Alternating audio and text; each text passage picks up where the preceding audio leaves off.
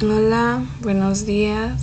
Nosotros somos el equipo 3 conformado por Yamili Estefanía Ramírez García, Ana Isabel Cortés Torres, Hilda Areli Bolaños Ortiz, Samuel Rocha Ramírez y Arturo Aguilar Ávila. Y en la materia de propiedad de los materiales, con la docente Alejandra Patricia Rosales Ibarra, vamos a exponer el tema que corresponde a la fabricación de componentes eléctricos y electrónicos. Para comenzar, primero es necesario definir que un componente eléctrico o electrónico corresponde a cada uno de los elementos que forman parte de un circuito eléctrico. Los circuitos eléctricos, por lo general, un ejemplo claro de donde los podemos encontrar es en todo tipo de aparatos electrónicos, ya sea un celular, una computadora o aparatos que requieran cargarse con energía eléctrica. En un principio se hacía la distinción de eléctrico para los elementos exclusivos de un circuito eléctrico, pero con el desarrollo del tiempo, el transistor y los elementos más pequeños se les fue denominando componentes eléctricos. Los componentes de un circuito son muy pequeños y a veces a lo largo del tiempo pues se van disminuyendo y disminuyendo para que los aparatos estén compuestos por un menor volumen. La distinción se hace actualmente entre los componentes discreto y un circuito integrado. Los componentes discretos son principalmente aquellos que se encuentran encapsulados. Ejemplos muy claros son los condensadores, las bombillas, los diodos, los focos LED, etc. Un ejemplo muy claro al que nosotros hemos visto son los focos LED que podemos encontrar en pequeños aparatos eléctricos, hasta en la televisión. Cuando enciende la televisión se prende un pequeño foco LED o cambia de color. Los circuitos integrados se refieren, están compuestos por un grupo de componentes simples que forman uno complejo, que tienen una función específica. En muchos casos, estos circuitos forman parte de un sistema más complejo. Los circuitos integrados han permitido reducir el tamaño de los dispositivos, por consiguiente, el descenso de los costos de fabricación y mantenimiento de los sistemas. Esto se refiere a que los circuitos integrados son pequeños circuitos que ya llevan por dentro aparatos muy pequeños, ya están compuestos, sin embargo, pues en un menor tamaño. Y esto provoca que se generen menos costos y los aparatos en los que los circuitos integrados están sean de un menor tamaño. Como lo son los semiconductores, ya sean transistores o diodos, que reducen costos de integración y generan menos problemas. En cambio, las resistencias y condensadores aumentan costos. Por otra parte, las bobinas no se logran integrar por la dificultad física, así como con rieles, cristales de cuarzo, transformadores y componentes que disipan una potencia considerable respecto de la que podrían soportar una vez integrados. A continuación, les voy a presentar los pasos de producción de un circuito integrado, ya que los circuitos integrados requieren de un sistema de producción muy controlado, en donde la higiene también forma parte de ello. En muchas ocasiones, la vestimenta es muy especial, ya que incluye cofias, así como gorros, guantes y mascarillas, y los lugares donde se realizan las pruebas tienen las mismas normas que la industria farmacéutica. La producción de un circuito integrado puede dividirse en los siguientes pasos. El primero sería el diseño del circuito que se quiere integrar, seguido de la máscara integrada con los semiconductores necesarios según el diseño del circuito. Como tercero, oblea de silicio, donde se fabrica en serie los chips, seguido de corte del microchip, ensamblado del microchip en su encapsulado a los pines correspondientes y para finalizar la terminación del encapsulado. Se denominan componentes electrónicos, aquellos dispositivos que forman parte de un circuito electrónico se suelen encapsular generalmente en un material ya sea metálico, cerámico o plástico y terminar en dos o más terminales o patillas metálicas. Se diseñan para ser conectados entre ellos, normalmente mediante soldadura o un circuito impreso para dar forma del mismo circuito.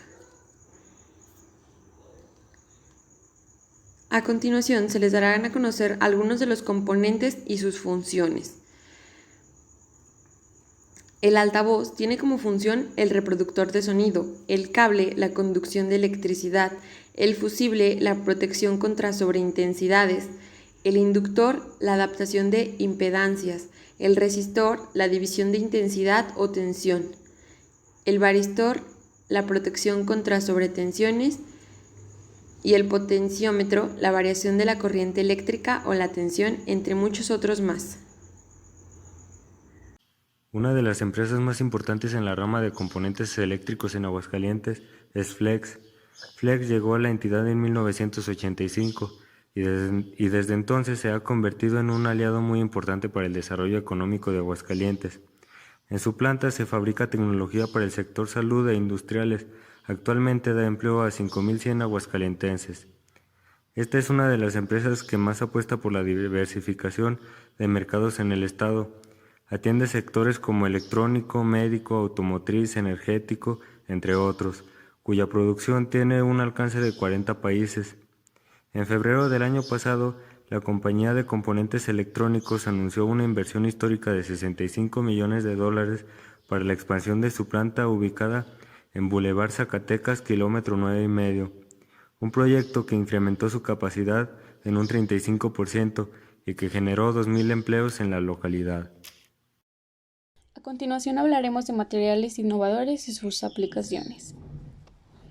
El primero de estos no es un material como tal, sino que se trata de un dispositivo orgánico que se encuentra en pruebas para sustituir los conductores tradicionales, como lo es el cobre o el silicio, a través de una superficie flexible.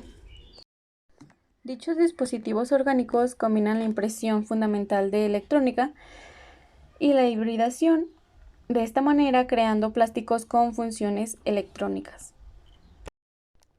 Su aplicación se basa en la producción de envases inteligentes, celdas solares flexibles, dispositivos digitales de un solo uso, como lo pueden ser aparatos médicos, esto por mencionar algunas.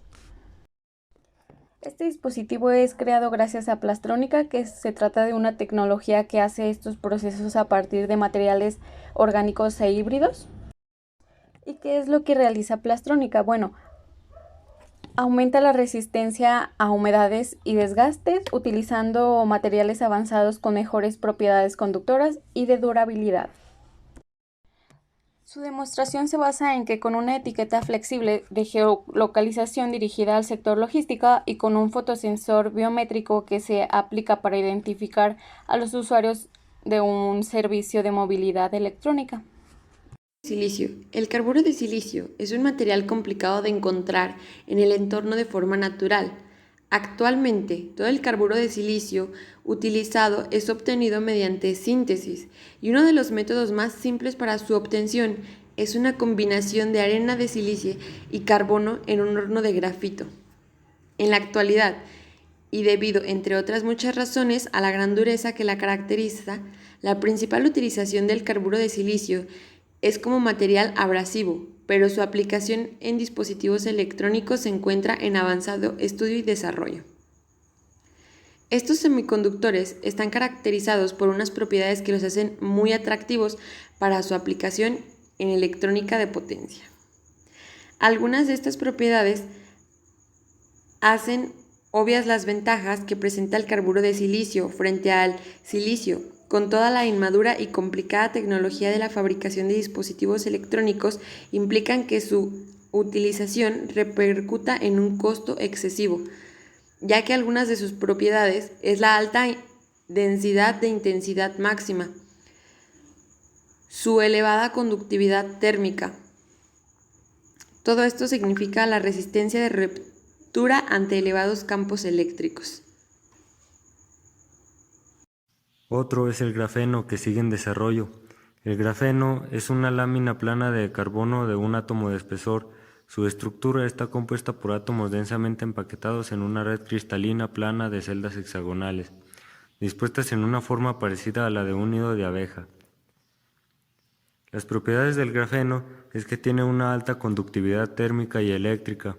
Los electrones transportados por grafeno se comportan casi como partículas sin masa, con un comportamiento similar a los fotones de la luz. También permite una medida precisa y fiable.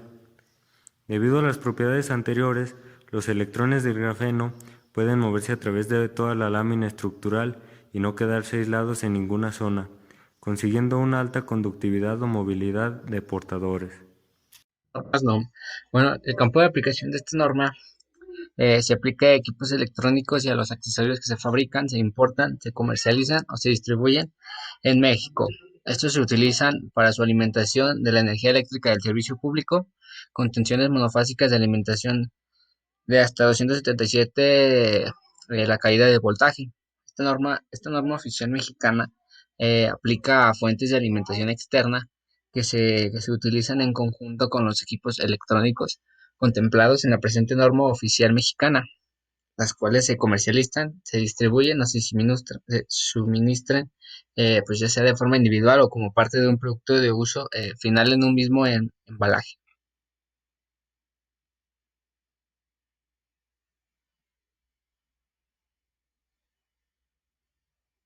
Eh, esta norma oficial mexicana no se aplica a sistemas de alimentación que no son parte integral del equipo, tales como motogeneradores, el cableado de la instalación eléctrica de los edificios, los dispositivos que no requieren alimentación eléctrica, equipos destinados a funcionar en ambientes especiales, como por ejemplo temperaturas extremas, exceso de polvo, la humedad o vibración, gases inflamables y atmósferas corrosivas o explosivas.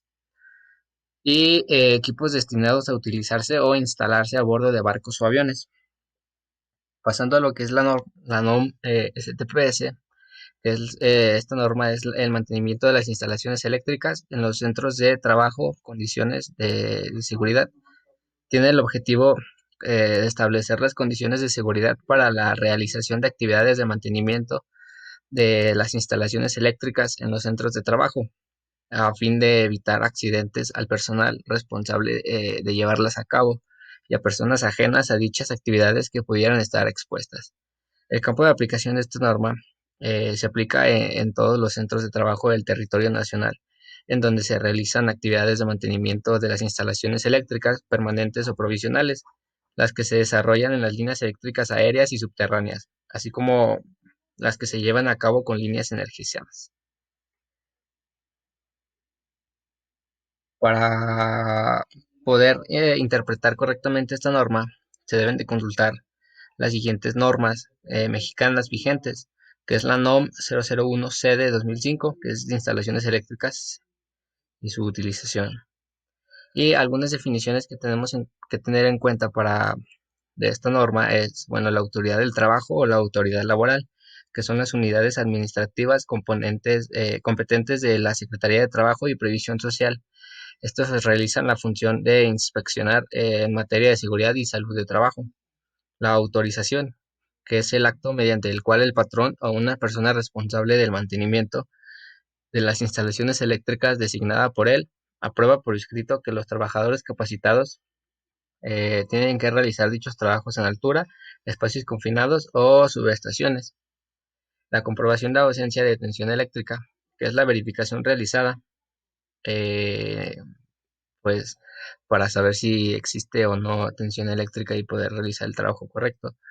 El equipo de protección personal, que es el conjunto de elementos y dispositivos de uso personal para proteger al trabajador, pues de accidentes o enfermedades que pudieran ser causados por agentes o factores generados con motivo de la realización de sus actividades. La etiqueta de seguridad o el bloqueo, que es el medio mecánico, eléctrico o visual que se prohíbe que se realicen maniobras en una instalación eléctrica o en un elemento de la misma. La instalación eléctrica, que es el conjunto de dispositivos tales como conductores, transformadores, protecciones y además accesorios que son destinados a generar, transmitir o distribuir la energía eléctrica. Un jefe de trabajo, que es la persona que dirige un trabajo de mantenimiento de las instalaciones eléctricas por designación o delegación de sus superiores, siendo responsable del mismo. Y un mantenimiento de las instalaciones eléctricas, que son todas aquellas actividades relacionadas con la revisión, el montaje o desmontaje de los servicios proporcionados a las instalaciones eléctricas para la conservación de sus características operativas y de diseño de forma segura y confiable. Y como conclusión, pues bueno, se han presentado dos materiales que están recién implantados o que están en fase de investigación para aplicaciones en la electrónica, dejando constancia tanto de sus buenas propiedades, de sus características y posibilidades, como de las limitaciones en la actualidad. En la actualidad, pues es posible que con la aparición de nuevos hábitos en el entorno medioambiental, en el entorno social y en el económico, como pueden ser el transporte eléctrico y la generación de energía eléctrica mediante fuentes renovables o el consumo eficiente de la energía por parte de los consumidores, se faculte el impulso necesario para conseguir la amplitud y diversidad en la utilización de los dispositivos fabricados con estos nuevos materiales y así poder disfrutar de las ventajas pues, que ellos ofrecen.